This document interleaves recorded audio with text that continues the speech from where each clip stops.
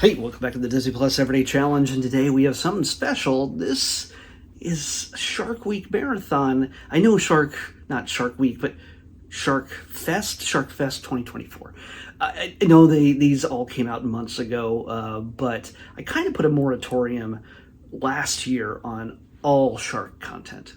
It was pretty much I was getting something 2, sometimes 3 times a week, randomly selected, another shark documentary about sharks, and they all kind of blended together after a while, and it got exhausting to just talk about sharks every other day, until I put them all aside. I took them all out of the list, and then I did all the remaining shark episodes currently on Disney Plus around exactly episode 1500. If you want to go back to December, it is my longest video of all time.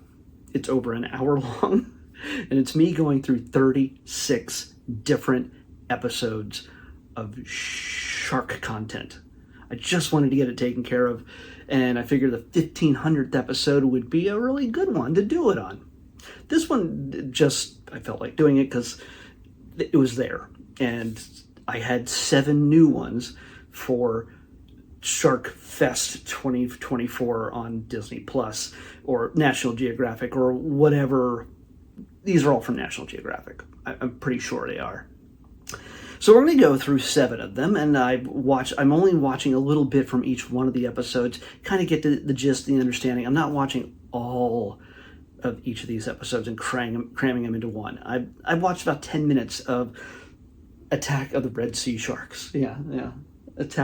Because trust me, some of these names are a little ridiculous. Some of them are pretty much on the nose. This is all about shark attacks in the Red Sea, which people don't normally associate with the Red Sea. You go to Australia, you go to Hawaii, you go to the Florida coast or California coast, and yeah, you're going to find sharks here and there, sometime in higher concentrations than others. But the Red Sea tends to not be that kind of place until this is from 2024, so yeah, this is brand new. It's 44 minutes. But there had been some attacks, like people within 400 yards of each other around the same time had gotten attacked and died. So yeah, this is a pretty gruesome one. It's not like they show the bodies or anything, but this is a pretty graphic one. It's despite all the episodes where the scientists say, well, you don't bother them, they're really nice guys, these sharks are great, they're not so mean and scary monsters, they're not like that, try to stay out of their territory and you won't get bit. Well, yeah, it's the ocean, the seas, it is their territory, but I guess even in the Red Sea, people just want to go swimming and not be eaten. So in this episode, the parts I watched, I watched the beginning, it sets out the goal, the purpose of the episode, and what it's all about, and then I just sort of skipped ahead every so often and checked out different parts that seemed interesting, and then the conclusion, which sort of sums up what they've discovered. And in this, you get information about certain shark attacks, and there had been one back in 2000, a series that had happened in the Red Sea, in a very nearby area where tourists tend to be, in 2010. Like it's unusual enough that worldwide news organizations are picking up on this and going, it's weird, somebody's gotten bit, somebody died, and that makes the news as compared to somebody just getting a little nibble or losing a toe or something. So yeah, this pretty much sums it up. It's like, hey, you know what, we're kind of encroaching on their area, and we're studying them. We're putting drones in the air, and we're putting trackers on the fins, and they're swimming around. We're getting an idea of where they migrate, where they move, where they go to breed, where they go to eat. And, is there a sudden drop in the fish population in certain areas due to fishing or pollution or humanity? How can we work together so that we can all share this space, or at least not encroach where we shouldn't be? So yeah, that's pretty much the gist of Attack of the Red Sea Sharks, which is pretty similar conclusion you get in just about any location. Don't mess with the sharks. intentionally or otherwise, and you won't get eaten. And also, as a whole, we as humans should probably be a little more careful at how we affect the environment that would cause them to somehow go looking for a meal somewhere else. You know, they're not picky eaters. They're eaters. They're eaters. They're opportunistic eaters, as one of them said in this episode. So you put something meaty in front of them, they're gonna bite. When you take away all the other stuff they normally eat. So that's 5.5 minutes of me talking about this already. We're gonna do 6 more. So I'll be right back in a minute for the next part. This is the most editing I will have done since episode 1500. So I'll see you soon with the next one. And the next one is, I forget, but I'll know by the time I get back here, which will be just a second for you. Our next one up is baby sharks in the city. Yeah, I'm doing these alphabetically. So after the baby sharks, I think pretty much everything starts with shark, except for the last one, which we'll get to that eventually. But baby sharks in the city is a strange name. Yes, these titles tend to be sometimes more evocative than they actually are. But this one is pretty on the nose as to what it's all about. It is baby sharks, and yes, somebody does make a reference to the song. No, you will not hear the song, which thankfully is for all of us. So this is another 44-minute documentary special about baby sharks, surprisingly close to New York City. This is not as they do interview a few people, tell people that, oh, there's a shark nursery not far off the coast of New York, not Manhattan, because why would a shark want to go to the Hudson? That's just poor decision making right there. That's can you imagine? I mean, maybe, yeah, I can see a horror nature film about it, but yeah, the shark that comes out of the Hudson, it's gonna be like a zombie or something. It's gonna be gross. But these sharks, these very real sharks, they're more off of Long Island, Montauk, moving up Martha's Vineyard eventually, possibly, all depending on how climate change affects their breeding and feeding and everything else. One of the biggest questions about baby sharks is the fact that when they're born, they're pretty much abandoned immediately. They're just popped out, and most shark moms have pups maybe once every other year, something like that. So and the baby sharks that we find, I think they start out at 120 centimeters. I don't know how long that is, but a normal baby shark that they're looking for tends to be about 4 feet long. Yeah, of a great white. They're focusing on great white baby sharks in this off the coast of Long Island. So beyond the cutaways to people in the bustling streets of New York City talking about sharks and, oh my gosh, that's exciting, sharks so close. It's very much not anywhere close by, unless you count Long Island as being close. Which, yeah, in traffic, I'm sure you can, get to Montauk, east end of Long Island. You could do it in an afternoon, just not during rush hour. Anyway, when you get out there on the water, they talk about there's a group of people in this, and they get out there, and their goal is to tag and even get a camera attached to some of these baby sharks that they find, and see what it's like to survive out there when so young and so small. Even 4 feet for a shark is small, especially when you're a great white. They tend to get up to more than 15 feet by the time they mature in about 15 years from then, and then start popping out little pups themselves. In this, you get to see the excitement of the crew that goes out there, researches them. They try to learn everything they can. They're not just tagging, what great whites. There's a whole bunch of other different types, and they want to see the patterns of how they move around, how they avoid predators bigger than them. Again, they just got born. How do they survive during all this? Because the idea is that as climate change can affect the heat, the temperature of the water, which is different in the areas where the pups are born. Yes, pups is a proper term. Sharks have pups. I don't know about puppies, but pups. When they're the place where they're born isn't necessarily the place where the adults hang out. The adult sharks might get a little hungry and eat some of the baby sharks. And you don't want them crossing over each other. So the mamas head to the certain type of waters, give birth, and head off to the adult area of shark world.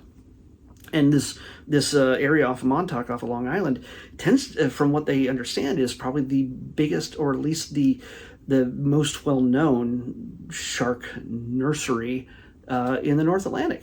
So that is interesting in itself, because sharks need specific temperatures to just really get around and pop out some pups and breed and do other things and feed. So where they are greatly depends on how the temperature of the water is.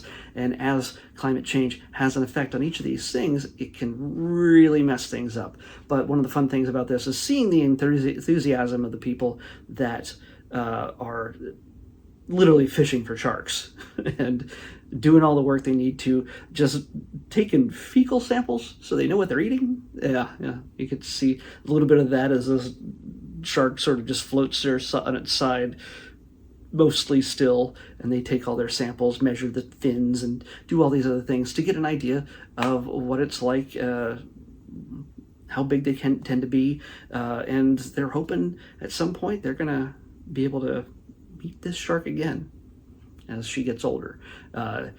There's lots of neat footage in this. It's from 2024, so all these are brand new kind of things, and we got a few more to go. The next one is Shark Attack 360. I think it's Shark Attack 360. It's something 360. There is a different one, but we'll get to that. We'll talk about it later. See you soon. All right, we're back with our third episode already. I've lost track. This is a Shark Attack 360, or 360 degrees is what that refers to. Not 360 shark attacks, which would be upsetting even for an 8-episode docuseries. That would be a lot of shark attack footage. In this, they warn you that there is actual shark attack footage in this, and yeah, it's fairly graphic at times. As I said before, I skip through a lot of these episodes, and once I get the gist of it, I get an idea, I sort of scrub ahead and look to see interesting parts. And what this is, it's kind of they treat this as, I don't know, beyond showing the footage and interviewing the people who've been attacked, like this gentleman here who lost a leg, they go into what looks like a 3D CGI lab where they have CGI sharks swimming all around as this woman describes what's going on as she collects the data and discusses the reasons why shark attacks might be increasing in one place or another, and asks the hard questions as to how they determine these things. And there's things like one of the guys that they interviewed, who's an expert. They said at one point they tagged upwards to 1,200 sharks. Yeah, in just this one area. Can you imagine just tagging one shark? Can you imagine doing 1,200? I realize even if it took years, that's a lot of tagged sharks. And they do it though to track their behavior, their movement, where they go to eat and feed, and breed and everything else. And they get a lot of data from that, so they can determine whether it's something like overfishing, or if it's underfishing, or the kind of fishing that brings smaller fish into the area. That then, of course, sharks tend to be opportunists and they follow the small fish, especially the juveniles who aren't necessarily going to be hunting down humpback whales. Some of the more adult ones, sharks, tend to follow the big fish. Follow the sharks, especially follow the whales, because sometimes the cubs, the younger whales, tend to be easier eating. No. But the juveniles, the younger sharks, they're not exactly going to be going for that. They'll go for the little things, and when the little fish, are not too far offshore, well, they tend to, in the cloudiness of the water, can sometimes mistake a person's leg for a fish. So this is all about the science. This is like I said, it's 45-minute episodes. There's 8 of them in this series alone. So that's a lot of shark science. So if you're going to watch anything that has like this through line of discovery and exploration. I don't know. This is the one to watch because it's got a lot going on. The next one we have is Shark Beach, with not Chris Hemsworth this time, but a different member of the MCU, Anthony Mackie, who plays the new Captain America. So that's what we're going to be watching next. Shark Beach with Anthony Mackie, Gulf Coast, on the next Disney Plus every day. Wait, I'm not done. I'm not signing off. I'm just going to come back in a minute. For you, it'll be a second. Hey, I'm back again. This episode, we're almost done. We got 2 more after this, I think. This is a 44-minute special featuring Ross Edgley. This is Shark versus Ross Edgley. If you don't know who he is, I didn't know who he is. I'm not an athlete. He is one of the ultimate athletes in the world. This guy is built, but he's also built for swimming, which puts him in the range of wanting to be like a shark. At least in this episode, it's a single feature special kind of thing. But this is a guy who's known for breaking all sorts of records, Guinness World Records. He swam like 56 kilometers or something for, I don't know. He swam like nonstop for days or something. It seemed like a really bad idea. Something I would have died in the first few hours, minutes maybe. And I love to swim, but he also said that he climbed a rope repeatedly until he reached the height of Mount Everest, and he rode a bicycle with a 100-pound tree trunk on his back. I don't know. He just does stuff that's athletic and would probably kill most humans, and that's what he does. So Ross here, though, becomes fascinated with sharks, and he basically presents to us a number of different sharks and some of the attributes they have, and tries to beat them at what they are. Like the white shark, tiger shark, the mako shark, the hammerhead shark. He tries to see if he can measure up when it comes to, say, speed of swimming or the ability to launch itself, like the great white shark can Polaris launch itself, I guess is what you call it, into the air, like fully out of the water when it's trying to grab a seal or something. And he does his best. He goes into all this training to see how far he can jump out of the water. Well, good legs or not, he can only get so far. Well, I don't want to spoil it for you. You should probably watch it. I actually enjoyed this a whole lot more than I thought, even though I did skip through a bunch of things. A lot of it is him describing things, introspection, his inspiration, and just sort of getting tips and things from other people. You definitely, I mean, if you have no patience for 44 minutes, I just did it because I have a bunch of episodes I need to cram into one. So, sorry. But this was one I might have watched the whole thing on, just because there's just a lot that goes into it. There's one that has to do with the speed. He tries to swim considerably fast. He tries to do a quick turn, and to do that as a human being, he doesn't do it in the water. There's like hammerheads can turn tight, just do these quick turns. And so he decides that he's going to get up in an airplane, not piloting, but riding it, and seeing how he can handle the G's of when the plane turns. And it doesn't go so well. He ends up making use of that barf bag, pretty much. So, and then there's a few others. There's a few other things that he sets himself against, but it's educational in the sense you get to understand what makes sharks so.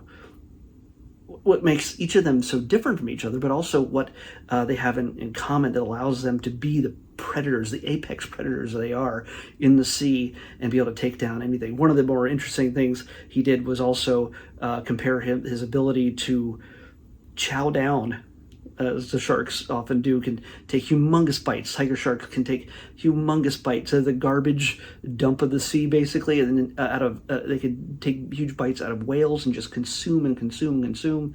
And in order to get as much as he could, he went from the normal adult male $2,500 calories a day. He did like 30,000. Like he fasted first, and I guess lost a little bit of weight, and then gained back like 22 pounds in like a day. And yeah, it's some interesting stuff. And to compare that, they along with some scientists, swimmer type guys, they created this gelatin block and basically created this giant lollipop to feed to one of the sharks to see how much of a bite, how impressive the bite is, how much they'd take out of it in a single chomp. And that's how they got their measurements.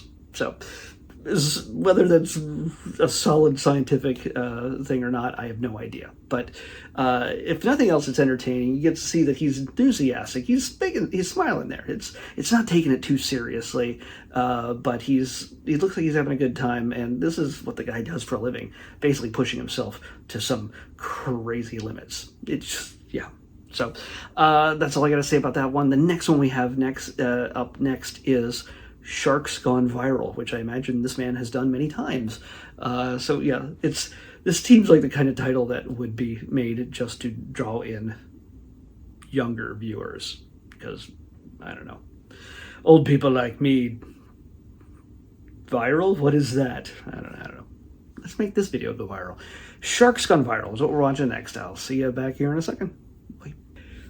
Hey, okay, we're back, and this is Sharks Gone Viral. This might be my least favorite of all of these. Okay, it's a 44-minute special thing about sharks, but it's kind of forced in the sense it's meant to be funny. Because it takes a lot of footage that, say, people would have sent, posted on social media, and 8 million people saw this video, and so they selected the ones that are most popular, and then they had a bunch of either scientists and comedians just make running commentary. The scientists obviously had scripted stuff. The comedians probably also had scripted stuff, but there's like 4 or 5 different. I recognize Jason and Randy Sklar. They've been in a bunch of stuff that I've seen, but basically it's them reacting. It's reaction videos by funny people who see scary sharks do scary things, and attacking somebody. And sure, while somebody makes a "I can't believe that happened" kind of thing, the scientist goes, well, the reason why they probably did that is because, well, sharks, are curious about certain things, and they don't really have hands to reach out for it. So the way they find out whether they, want to eat something or not is actually biting it. So that, to me, that was funny. So compared to the other stuff that was said. And so, yeah, there's sometimes little graphical props and that are overlaid onto the scenes. And yeah, it's pretty much what you expect. But sure, you get some of these high profile, I guess. I don't see a whole lot of shark social media, but now that I've said all this onto a video that's on my phone, I'm probably going to get nothing but on Facebook now, or Instagram or something. It's going to be just shark stuff from now on. Great. Thank you so much. So yeah, it's if you're looking for some humor more than science, more than athleticism, more than anything else, if you're looking for just funny stuff, humor, when it comes to shark attacks, well, this is the episode for you. But yeah, that's really all I could say about it. The final one in our 7-episode run is Supersize Sharks. That is what we're watching next. I'll see you back here in a second. Okay, here we are on our final one, and this is Supersize Sharks. This technically might be the best one of the group out of the 7 I've watched tonight. This is strange in the sense that it's got one of the more interesting research projects out of all of the episodes we've had so far. It takes place off of it on an island off of the east coast of Australia, about 80 miles or so. I'm not sure, but it was a penal colony, but it's an island where eventually the queen gave it up and then let the people raise cows there.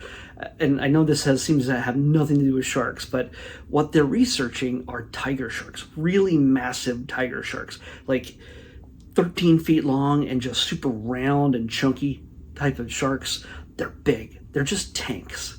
And what they do is they're trying to figure out why they're so big. And then one of the reasons why they have a theory is that this island where people are raising cattle fed the sharks cattle. The people who still live there still do this. There's actually a cow slide off on the edge of a cliff where they take the cows rather than just like burying them, or normally you turn them into hamburgers in America. You just chop them up. But some of these cows live so long that they're not good for meat, for humans anyway. And they basically put them on a dead cow on a flatbed, back it up, tilt it, and it slides down the chute into the water. Yeah. In this one, they actually got a permission from a local butcher who said, yeah, it was too old, it died of natural causes, and they just tagged it and dumped it in the water. Then they looked up close to see how the tiger sharks would react, because they knew there was a lot in that area. And they figured it was because they're eating so much, cow burgers, fish food, cow.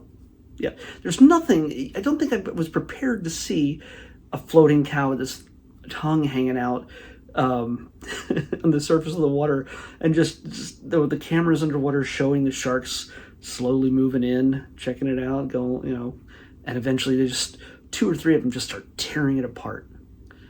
Like slow-mo, but not slow-mo, but slowly, not like this rabid frenzy, but they just start tearing this cow apart. And yes, they show it. If you're squeamish at all, you might want to skip that. But then they go, well, they test all these things. They do all the whatever research and testing that they can do on the sharks. And they get these analysis back from the tests they did. And I don't want to spoil it for you. You got to understand, it leads to another mystery. Let's just say that the primary food source for sharks ain't cows, and it ain't turtles and snakes and other fish. It's seabirds. Yeah, 52% of their food are birds. And these big guys, they don't jump out of the water vertically like great whites. These things are big. They don't jump. At least it doesn't look like they do. So maybe the birds just die on the water and they eat them. Then there's a lot, apparently. I don't know. So that goes to the next mystery. And then they figure out, well, if it's not birds that are really making them chunky, maybe they're pregnant. I don't know. Maybe they're not fat. Maybe they're just, with child, with pup. And so they research these things as well. So yeah, you get to see this story evolve as to figuring out why these things are so supersized. And there you go. Yeah. And I don't even know if it's fully conclusive, but the story sort of continues at the end. I learned a new term, pupping grounds, which is apparently where the sharks go to have their pups and then disappear, abandon them, as we go all the way back to the beginning of this, where we find baby sharks get abandoned when they're born. So yeah, I know it's sad, but we've learned a lot about sharks in the last 7 episodes, and how many, this can't be an hour long. The last one I did was an hour and 12 minutes long, and that was 36 episodes. I know I've spent a little bit more time on each one of these than I did on those 36 episodes, but I hope, nobody should, I made it just to make it, and I don't think anybody has watched it, and I don't think anybody should watch it. If you see the entire thing, a 1500th episode, if you watch that thing, you need to comment and tell me that you watched that thing. If you watched this whole thing, you need to comment and you need to tell me that you did, because yeah, thank you. That is a marathon. So, I'm done with sharks now. Done with sharks for the year. I don't think there's any other shark things that I haven't watched yet on Disney Plus. The 36 last year, and all the other random ones that I would get like twice a week, and these new 7 ones for 2024. We're done. Thank you so much. Let's pick tomorrow's episode. Better not be sharks. It can't be sharks. I took all the sharks off. 189 is the number. I took all the shark stuff off. That's the reason why I'm doing this. Maybe, what if it's shark adjacent? 189.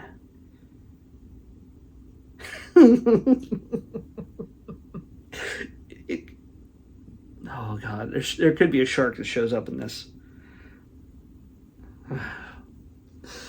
This, I have no idea. We'll find out. It seems like it would be a Disney Channel movie. We'll see. This is called Shipwrecked from 1990.